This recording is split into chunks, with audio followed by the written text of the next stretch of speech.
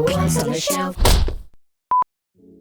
Hey guys, I'm about to have a Zoom call with Ed May, formerly SnowBird, for some time period. We don't know exact dates. That's what we're here to find out.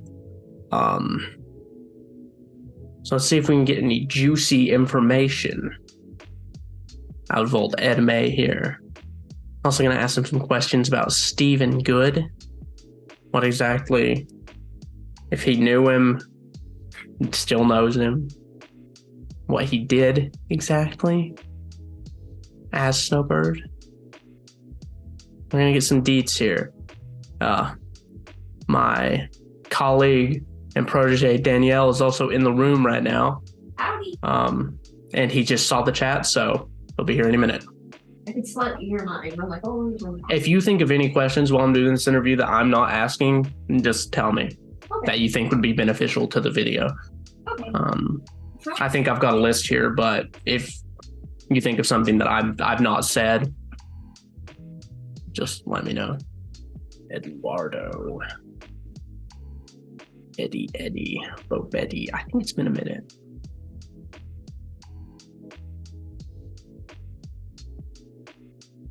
Hello. Hi there. How are you? Good, man. How are you? Thank you Andy. for doing this interview. Sure. Thanks for inviting me. I appreciate it.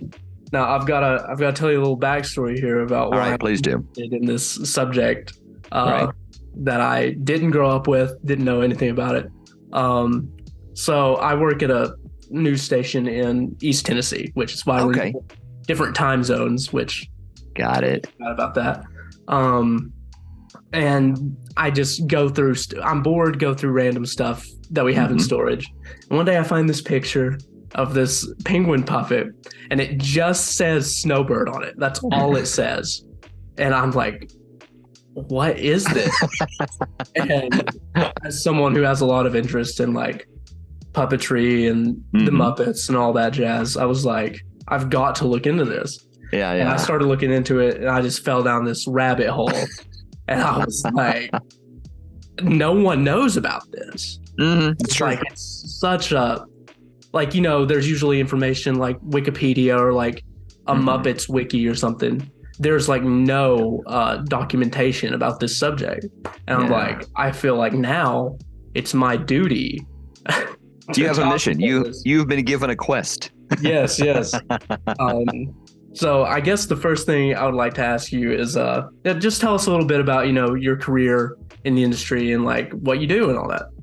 Sure. I've been interested in puppetry ever since I was a really, really young kid. And that's all I've ever really wanted to be as a puppeteer. Yeah. So I, as a little kid, really was into it. I'm 55, so I got started about the same time the Sesame Street did. So I grew up watching Sesame Street and stuff like that. Really got into it. Became professional puppeteer, I guess, in the early-ish 90s. And I've done theater, did some TV, I've done some film, a lot of touring things. Yeah. And yeah, I've just been working in that. That's primarily been my job for the past 30-ish years. So See, that's Yeah. awesome. I love it. I am absolutely one of the most fortunate people in the world. I am living my 8-year-old dream. That's amazing, dude. That's absolutely amazing. I wish I had a dream at 8 years old that was realistic. And not that being a puppeteer is realistic. Let's be honest. You're not going to get a More lot of realistic career. than wanting to be a cowboy, I must say. Well, that's potentially. I want to be a fire engine. Man, maybe not. But yeah, not a lot of high school career counselors said, "Have you considered puppetry?" Yeah, it's definitely it's more out there. I would imagine. A bit. But so let me see. I've got a list here that's not organized at all of questions. That's okay. I'm happy to talk out of order if you wish. Hey, that's perfect. Turn So- all the sounds off, so we're not going to make you feel silly sounds any more than normal. Oh, and by the way, this is on the list too, just to tell you this. You Yeah. were 100% the like easiest previous SnowBird performer to communicate with. Oh, awesome. Well, good. Like super easy. I was like, which is crazy because he's like not even the youngest. Now, how is he like the easiest one to communicate with? So I just thought I would tell you that. I appreciate it. Like, Mr. I'm in Tech Savvy, contact- that's me. I'm in contact with David too. And Good. he's pretty easy, but he'll take very long periods of time to get back to me. Like Right. I asked him on Tuesday a couple of questions, and he's like, Yeah. "I have a terrible memory. I'll get back to you in 2 or so days." Yeah. And I messaged him today, and I was like, It's like- "Hey, anything about those questions?" And he was, "I'll get back to you about that." So, Yeah. Here's hoping. so basically, I've been in contact with him. Been in contact with Stephen Good, who did the walk around character for many Yeah. years. Good. And I think a big question there is my confusion with a lot of that came from, since there's so little information about this subject online, just an Right. initial Google search of like SnowBird actor, because of, the big fuss when Steven left the station and all that. The only stuff that comes up is stuff related to Steven. So my Right. initial impression was, this is the guy. Steven Yeah. Good is SnowBird. Mhm. So my big question is, were the roles of like the puppet SnowBird and the costume character SnowBird, were those completely separate things? They were. I never performed in the suit. Dave never performed in the suit, as far as I'm aware. And Steven never did the puppetry. Yeah, because I asked Steven about that. I was like, did you Yeah. ever do any of the puppetry or anything like that?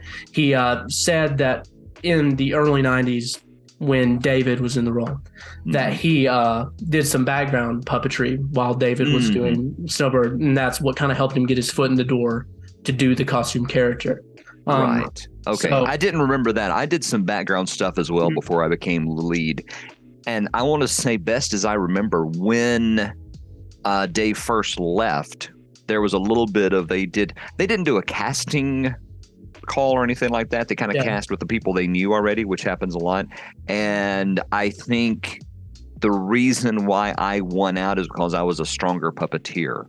I think that was the thing, but I know they considered Steven for the role, and I'd forgotten he had done that, but now that you mentioned that is familiar. There's another guy who is a performer in Nashville called Barry McAllister, and he's really great at voices. And I think they considered him a little bit as well, but I think in the end, the reason why I was cast rather than Barry or Steven was just because I am a puppeteer. That's my main, like I say, that's all I've ever wanted to do. So that's in my research. I was like, when I found you, what had happened, I was looking at the PK Pictures Facebook page.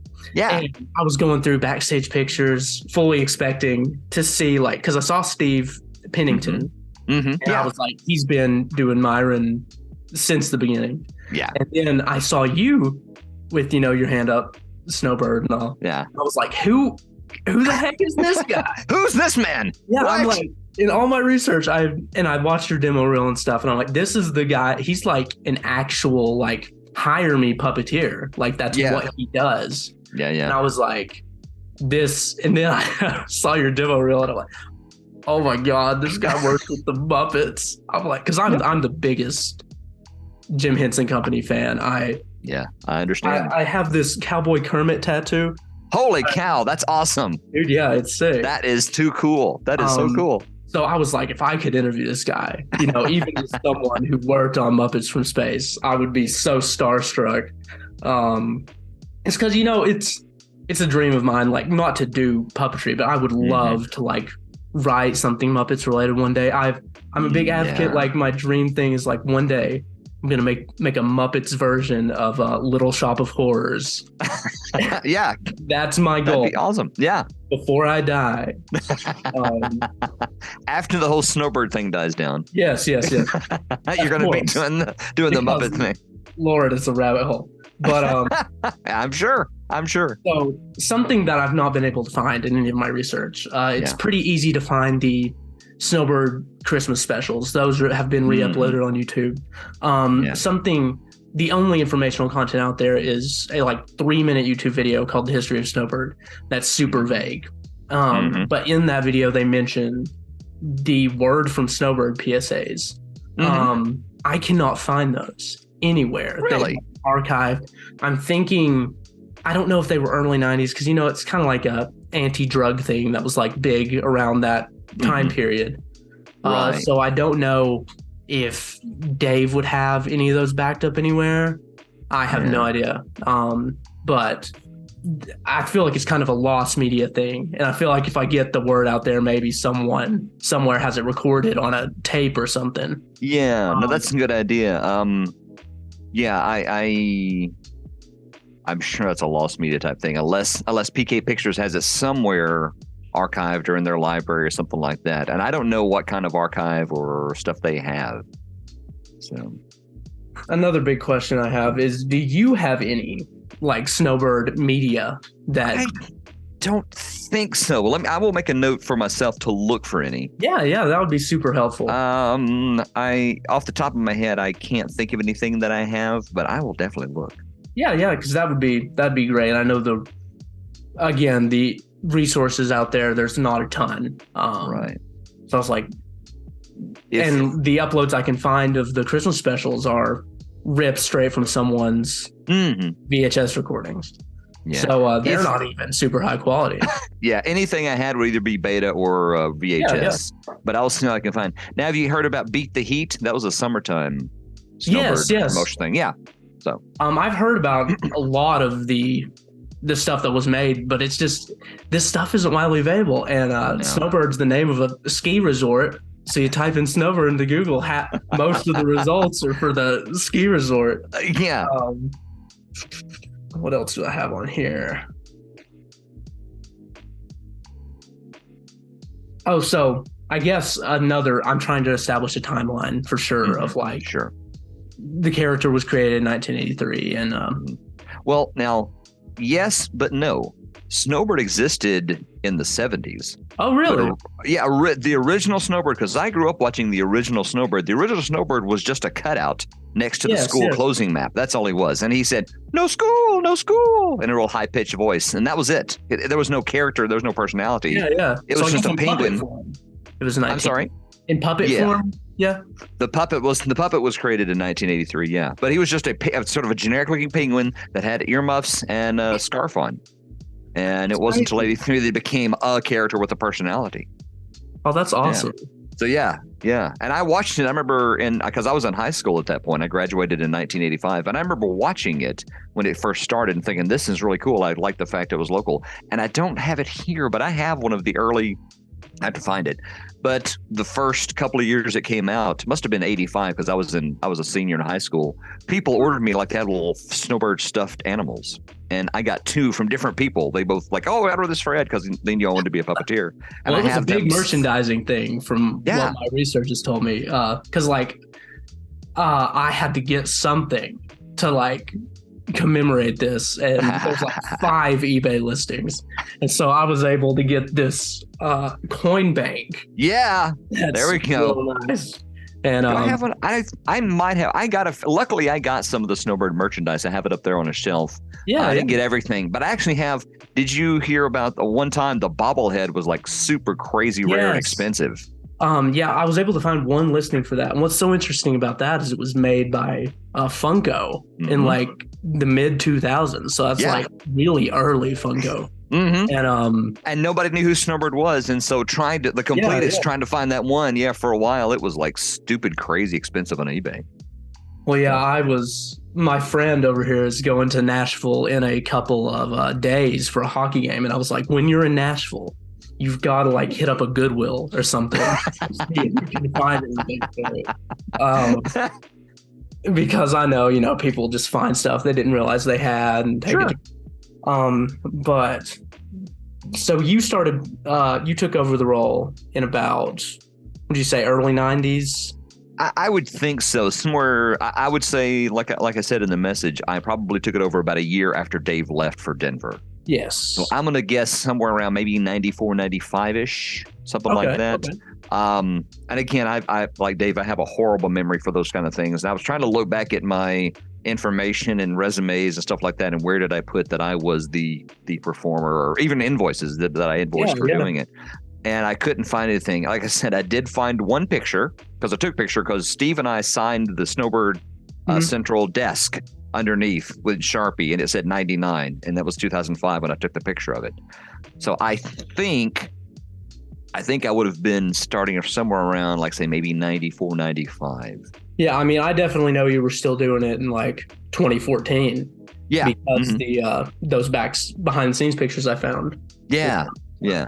And So would you say you were like left 2017, 2018? I think somewhere around there, because I left and I did the Walking with Dinosaurs International Tour. Yes, I saw some clips of that. Yeah. So I did that, and that most recent tour started in 2018. So I know I haven't done it since then.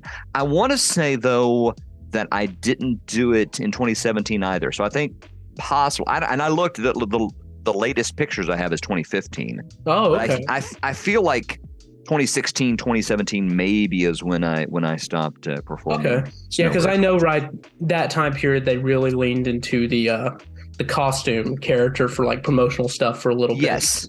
Yes, they did. Could that have been because there was no one to do the puppetry?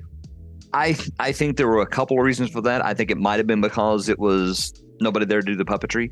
I think towards the end, when I was performing with SnowBird, you have PK Pictures who did all the promotional stuff. Yes. But then it was the property, and the what am I trying to say? The character was owned by Channel 4. Yes. And there became a point later on when it seemed like a lot of people at Channel 4 didn't realize that there was a puppet of the character.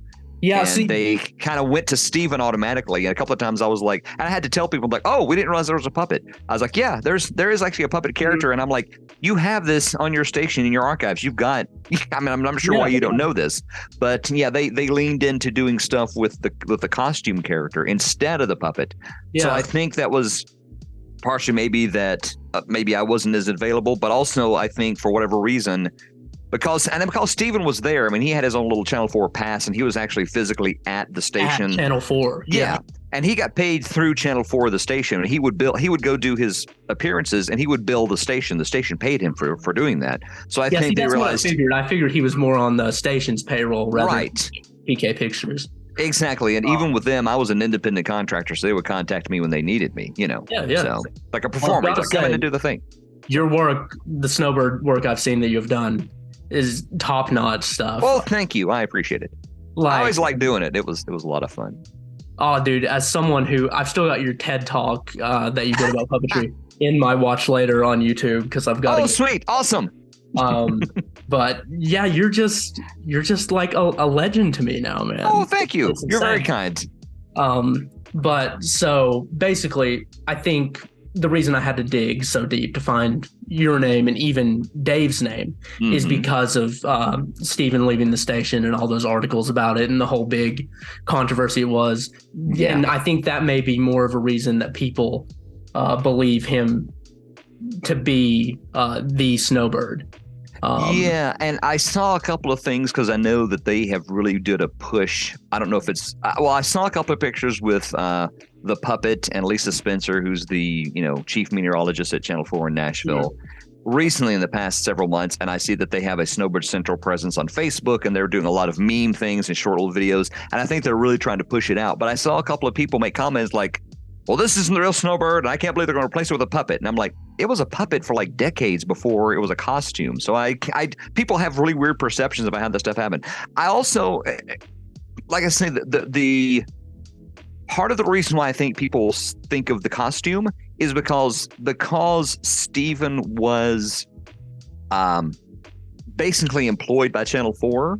And I think they were paying him. I think either somebody in the promotions department or maybe Steven himself pushed Steven out there in the costume, and not like you got to go out there and do something. I think they were saying, we've got this guy, he's got this thing, let's go do community involvement. Or Steven himself may have said, hey, I'm here, why don't you send me to the so-and-so, or send me this, or send me that, So I think in that respect, and that's a time when I was doing a lot of the touring, because I started doing the Walking with Dinosaurs tour in 2011, and I did it, but every couple of years I'd go back and do it. So I wasn't available, and I was doing that. I did some other TV stuff, and I did some of my own stuff and some theater stuff. So I was busy with all these other puppet things. And Steven was really focused on the SnowBird suit and doing stuff with that, again, because he's employed by Channel 4. So I think that's one reason why in later years people started to associate the costume with SnowBird and kind of forgot that there was a puppet character. And see, that's So, what I thought was so crazy about it, is that people were saying, like, this is not the real SnowBird, this is not the real SnowBird. yeah, I'm like, I it's like, wonder well, if people even know that the guy doing it now was the original SnowBird.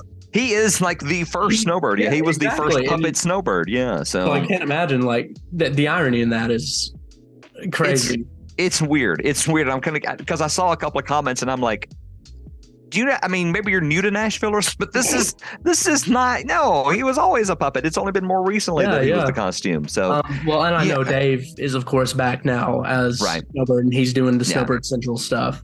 Right. Yeah. And the promotion stuff. And I think there for a while, I think, and this is my conjecture, just sort of watching what was happening, because I was out of this when it happened. But I think Channel 4 kind of wanted to kill off SnowBird. Yes. Because it is a promotion. It is an old school, local TV station kind of promotion thing that really doesn't necessarily jive with the modern, you were kind of the modern act. We're, and it's always kind of rubbed.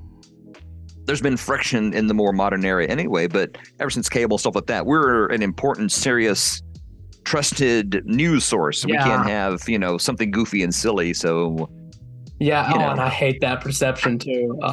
Because, I work in the marketing department, and I have all these ideas that are always crazy, and they always get shot down. So, I agree. I think we should get back to like the, because I mean, when I was telling my boss about SnowBird, I'm like, this is genius. It is great marketing. Yeah. And he's like, yeah, I completely agree. But like in this day and age, it's not something that you see a lot of anymore, because again, the more serious people rely on news now more for straight up news, and that's about it.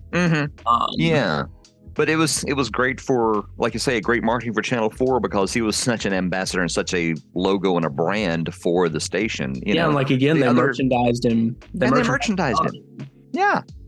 So I can't imagine they weren't making money off that. And brand loyalty and all that kind of stuff, making money and getting people accustomed, and so it is unfortunate, but I think that is as beneficial as it is, and I can tell you see that it is an old school type of promotion that it's a tougher sell these days than it would have been. So which is why I was checking out the SnowBird Central like website and stuff, and all like more modern stuff, and I don't see any Channel 4 branding on it. I don't know if they're trying to like. I know they're probably still doing the SnowBird report for like when schools close and stuff. But I think for like the YouTube channel and all that, it's kind of a more independent thing that PK Pictures is just doing. That sounds likely. And, for years back, even when I was performing SnowBird, because of the agreement, as I understood it, between Channel 4 and PK Pictures, they would shoot promos and they would give them to Channel 4. They didn't have to buy them from them. And they would send the meteorologist, at least two, different meteorologists to do the promos. And you would never see them on Channel 4. They would never appear. And that was probably about 5, 6, 7 years where that happened. They would show up, they'd spend the day shooting everything, and then they would never see them run on Channel 4 at all. Well, I know they did the regional things where they would like fly in different weathermen, because I asked our lead weatherman here, who has been the lead meteorologist here since the early 80s. And he was like, they flew me out and I did some spots with him. And that's why we had the picture in the basement. And I was like, do you have any of these spots? And he was like, no, I think I've got one picture. And I was like, thanks a lot, man. Denied. But so I know that a lot of people, would think that SnowBird was something exclusive to their, area, because they would see them on TV with their weatherman. Right. And little did they know they were all the same promos, just with insert your weatherman here, Yeah. And this is right as I was sort of getting into it. And I think this was actually before I became lead puppeteer for SnowBird. But SnowBird promo shoots used to be a week. They were like a week-long event. It became a day towards the end, but because there were so many weathermen and they produced so many spots, you would need a week. You would, I can imagine. Like the guy from Memphis and the guy from Chattanooga. There was a guy from West Virginia, Ohio, just a wide variety of people. They would come through. We'd say, hey, Bill, and then he would leave, and then hey, Dave, hey, Tom, it'd be the same thing. You just change the name, the same guy. And there was I forget his name. The guy in Chattanooga was always the first one because like, yeah, I'll go first. He was always the guinea pig. He's like, yeah, okay, I'll go first. He had done it since the very, very beginning when they first started marketing it. And after he did it, then everybody else got a little more comfortable and they would get up and do it as well. I always found it so strange how many people who were weather people who were on, news or on the camera every single day. When they started working with Myron and SnowBird, they would sort of freeze up and get nervous. And I'm like, yeah. How is this different than what you do every day? So anyway, like we're not interacting with puppets every day. I guess that may be it. And some people are weirded out by puppets. I don't get it, but they are. So anyway, I feel like the kind of puppets that like SnowBird and like Myron are, I feel like those are the puppets that aren't scary. Yeah, exactly. Yeah. There was one lady, and this was a promo I did at Channel 4 a few years ago, and she was an actress, but she was just playing a reporter. And because of the way we had to stage it, of course, I had to be in the floor with my hand up like this, looking at a monitor. And it just happened that my face was kind of around her butt. And it wasn't but I was like here. She was standing here and I was here. Yeah, got to do it. I was looking this way because I'm right-handed, so I was doing this. And I heard her saying something to the director after that. It was like the promotions guy who was directing him.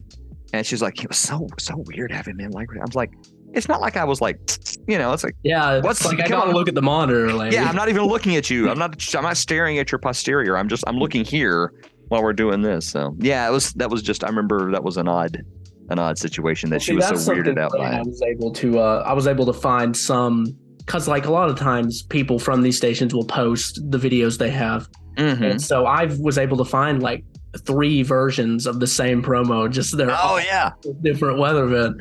And so I'm like, I'll put these side by side just to like show my point. There you go. That they're all exactly the same. So basically, what was I gonna say? Crap. Do you have anything that you would like to? Where can people find you and like that? Anything you'd like to promote? Let's see. Well, there's I have my own small touring company called Runaway Puppet Theater at runawaytheater.com. We have a Facebook page, which is woefully not updated as much as it should be. And if anybody's looking to hire an out-of-work puppeteer, I'm always happy to. You heard it here first. Always happy to show up and provide some puppet manipulation and performance and things like that. Yeah, for sure. And hey, you're darn good at it. I saw. Thank you. Saw Bass Whackers, man. And did you really see? I was really proud of that. I love doing that. I love doing SnowBird, but the Freebird thing. The Freebird. Did you see that? Oh my god. That was here's an embarrassing story. I did not know the words to Freebird. They're like, how do you not? I was like, if I leave here tomorrow is all I knew. I didn't know any words past that, so I had to like listen to it and learn the words, and then. I mean, that's kind of relatable, though. I was like, I kind of know the tune, and they say some things. That's and believe it or not, back in the '90s was kind of a golden age of TV puppetry in Nashville. Oh yeah, I mean, in general, I think it was like the golden age. I mean, to a certain extent, like the Muppets Christmas Carol, that like really, I feel like breathed a lot of new life into the way puppetry was looked at in that time period as something that could be like a genuine art form. And I feel like, I agree. Early 90s was a real big time for that. But I think specifically because it's not like that now. And in Nashville, I live nearby and I was able to live here and have a complete career doing just TV puppetry between PK Pictures and the Animex company that actually built the SnowBird puppet and the stuff with Peppercorn Productions that was owned by TNN and Gaylord and just a variety of things. For about a decade, I didn't have to go to New York or go to LA or go or Atlanta. Or Atlanta really wasn't a biggie at that point. But it was great. I was working on all kinds of awesome things with awesome, wonderful people and being able to live basically in my hometown. So it was great. And that's crazy. Because nowadays that's unheard of if you're doing something like that. Yeah, it's fly out to like you said, like New York or Atlanta or something. Yeah. It's much more. Yeah, it's not happening in Nashville like it was, and I understand why, because of that was around the same time when computer generated things were getting big, and that was really catching on, and that's kind of where PK Pictures started going towards, and not necessarily the kid video stuff, but as that went more computer generated, they did a lot of computer stuff, but then they went more corporate and like events and not presentations, but the big corporate things Yeah, that yeah. they would Because have. see, that's all that their website is. And when I Yes. looked them up, I was like, man, is this the right PK? I'm like, It is, all and- they're doing is these like corporate presentations and stuff. corporate presentations, because that's what their market went to, because before they were created to do kids videos and kid entertainment and trying to do kind of positive entertainment and reaffirming type things. But as the market shifted and things went from puppetry 80s, 90s to computer generated things, they kind of followed that and they found a lot of success doing corporate presentations. So that's really where they want. So, and it makes sense. I mean, if that's where the market's going to go, you have to sort of follow the market sometimes. Yeah, for sure. Yeah. But I know now that Dave has been making, like, he made the newest SnowBird walk around costume. Did he? Okay. Yeah. And I had to scroll to the bottom of his Instagram to figure that out. So I know he makes puppets, which is crazy because found out he made and did the puppeteering for Little Einsteins. Mm-hmm. Or Baby Einstein, I mean, sorry. Yep. Which is something I watched all the time when I was younger. And so I was that blew my mind too. But yeah, it's crazy the amount of talent that has been involved with the SnowBird brand over the years that a lot of people just don't know about. No, it's like you've discovered it's a lost sort of piece of specifically Nashville yes video history. But I was like, I feel obligated not just as a fan of like puppetry, but as a Tennessee resident to inform the masses, because I mean, like, in Nashville it's a known thing, like everyone knows that, but like if you go just over here in East Tennessee, no one remembers. I was surprised that our meteorologist remembered it. He filmed the SnowBird spot. Yeah, but as we've talked to about earlier, it's getting less and less known the further it is from the actual being on air. So I guess maybe that's one reason why they're sort of pushing him independent of Channel 4 on Facebook and things like that. Yeah, I mean, and they're trying to go for like a more YouTube Kids-esque kind of thing, like I checked out their channel. And I'm hoping that this video may kind of give a bump to it, a little bump, because like I'm not a big creator by any means. But I went to look at it, I'm like, man, they only have like 100-something subscribers. Wow. I'm like, I hope that maybe, we get the word out there a little bit and boost that a little bit, because you can tell there's still so much like heart behind it. And like, sure, I feel like, we can maybe breathe some new life into it a little bit, hopefully. That would be awesome. That would be fabulous. And it is a bit of an evergreen property, even though it's a penguin, My coworker here wants to know, I told her to write down questions if I missed. Okay, go for it. So how did you get into puppetry? Like in general, like the Muppets, or like how you got more into that line of work? Like what was the first job you did? Well, if you want to know the first kind of professional job I did, I was 8 years old performing for my mother's women's club, because I was paid for that. So I was 8 years old, got the amazing sum of $5, a comic book, and a hamburger. Which I count as my first professional gig because I was paid for it. I actually, so a little bit of history. Back when Jim Henson was still alive, he was planning on selling the Muppets to Disney. Yes. In the 90s. And then it was not necessarily going to happen. It was, ups and downs. It was going to happen. And then he died. Yeah, and it totally fell through. It totally fell through. And his original idea, though, was he was going to sell to Disney, not have to fundraise, and he was going to move all of his production down to Florida. So they would shoot because they had the Disney studios. He was going to shoot at the Disney studios. Yeah. And they were looking for puppeteers in the Southeast who knew how to do the Muppet style of puppetry. They had an audition at the Center for Puppetry Arts in Atlanta. And I found out through a friend that they were doing this. So I went down there. I did a quick audition for like 5 minutes. And they had an impromptu workshop that afternoon for a couple hours. And they said, hey, this was Kevin Clash, who performed Elmo for a long time. Yeah, and then Steve Whitmire, who was Kermit after Jim Henson passed away. And they said, hey, would you like to come back this afternoon and do a workshop? And I was like, yes. So I'm not going to tell you no. So showed back up and did that. It was about 2 hours. And they were like, complimentary. And I was like, ask questions. And we did this, individual and group things. Great. Thank you guys for being here. And then about few months later, I got a letter in the mail saying, we're going to have a week-long workshop in Florida. We would like for you to be a part of that. And I was like, oh! So I still have the letter somewhere. So I went down there. I was in Orlando for a week. We did the rehearsals down at one of the studios in Disney, and it was training up, you always see at the end additional Muppet performers and a bunch of names. Yeah.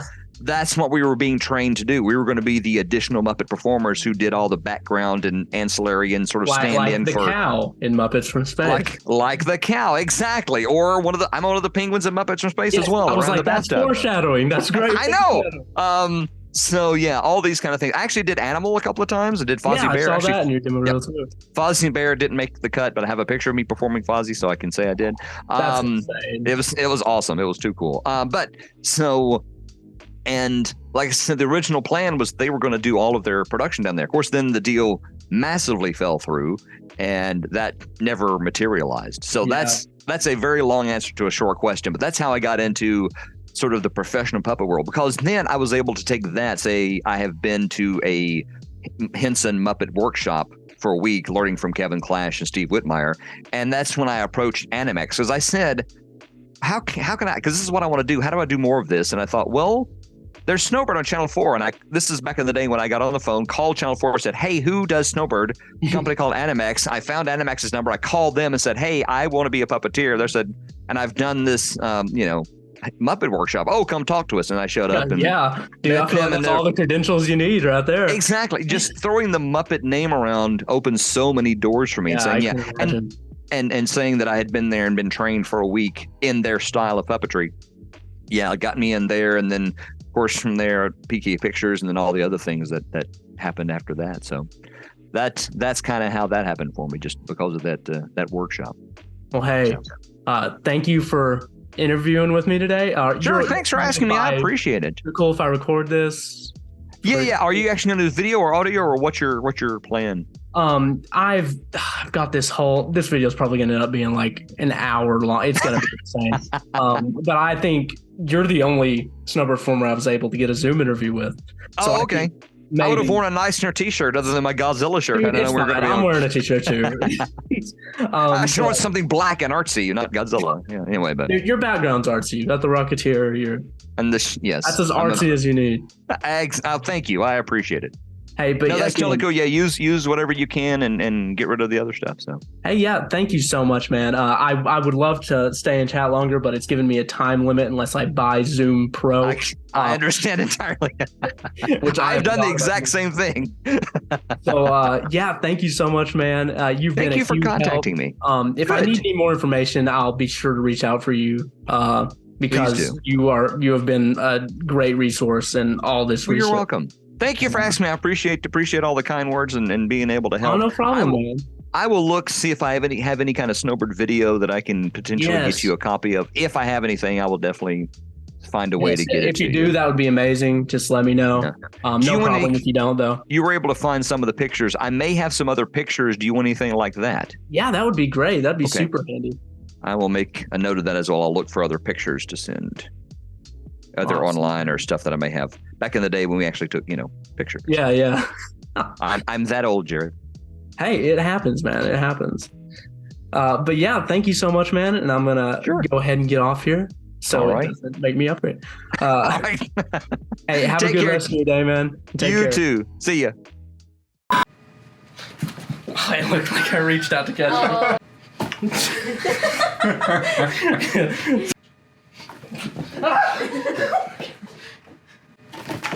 It wasn't in shot. It was way too low. Oh yeah.